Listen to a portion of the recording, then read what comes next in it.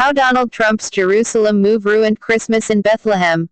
Trump's policy shift on Jerusalem 2 weeks ago triggered Palestinian protests which are hurting the Christmas festivities in Bethlehem. A mural resembling work of elusive artist Banksy, depicting President Trump wearing a Jewish skullcap, adorns Israel's West Bank separation barrier in Bethlehem.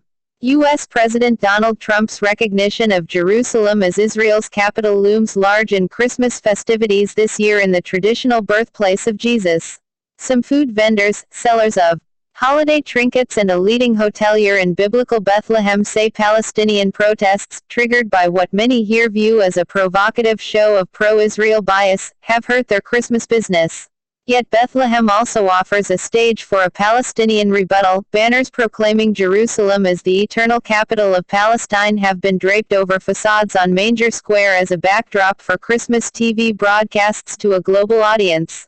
The Israeli-Palestinian conflict is keenly felt, perhaps even more so at Christmas, in Bethlehem, just a few kilometers south of contested Jerusalem.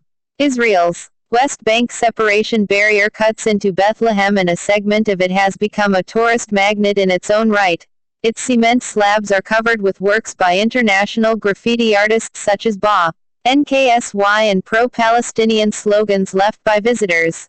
While Palestinians try to draw attention to the barrier when foreigners pour in for Christmas, Trump's policy shift on Jerusalem 2 weeks ago has emerged as the dominant theme this year. It went against an international consensus that the fate of the city should be determined in negotiations. Israeli-annexed East Jerusalem houses major Muslim, Jewish and Christian shrines, and Palestinians seek it as a future capital.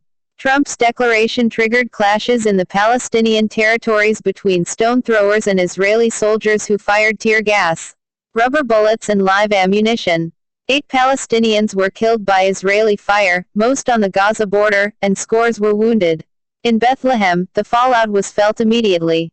Palestinian President Mahmoud Abbas was to have received Vice President Mike Pence, a devout Christian, in Bethlehem, but cancelled after the U.S. pivot on Jerusalem. The snub came as Abbas shifted from cooperating with the United States to rejecting Washington as a Mideast broker. Meanwhile, Bethlehem's flagship luxury hotel, the 250-bed Jasir Palace, closed because of frequent nearby clashes. General Manager Marwan Kidney said the hotel had been fully booked for Christmas but that he is now assessing day by day if he can reopen. Palestinian activists have called for more protests.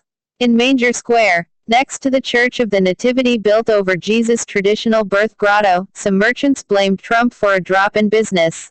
2 souvenir shop owners selling nativity scenes and tree decora, tie-ins carved from olive wood said they hadn't had any customers by early afternoon. Mahmoud Salahat, who sells pomegranate juice on the square, said his main source of income, Palestinian citizens Israel, largely stayed away from Bethlehem during the past 2 weeks, apparently fearing trouble on the roads. Palestinian officials took a more upbeat view. The Christmas season caps a banner year for tourism in the Palestinian territories, with 2.7 million visitors in 2017, compared to 2.3 million in 2016, said Tourism Ministry official Jiris Kamzia. Despite some cancellations, Bethlehem's 4,000 hotel rooms were more than 90% booked for Christmas, he said. Christmas also offers an annual opportunity for Abbas to court international sympathy for long-standing Palestinian demands for statehood in the West Bank, Gaza Strip and East Jerusalem, lands Israel captured in 1967.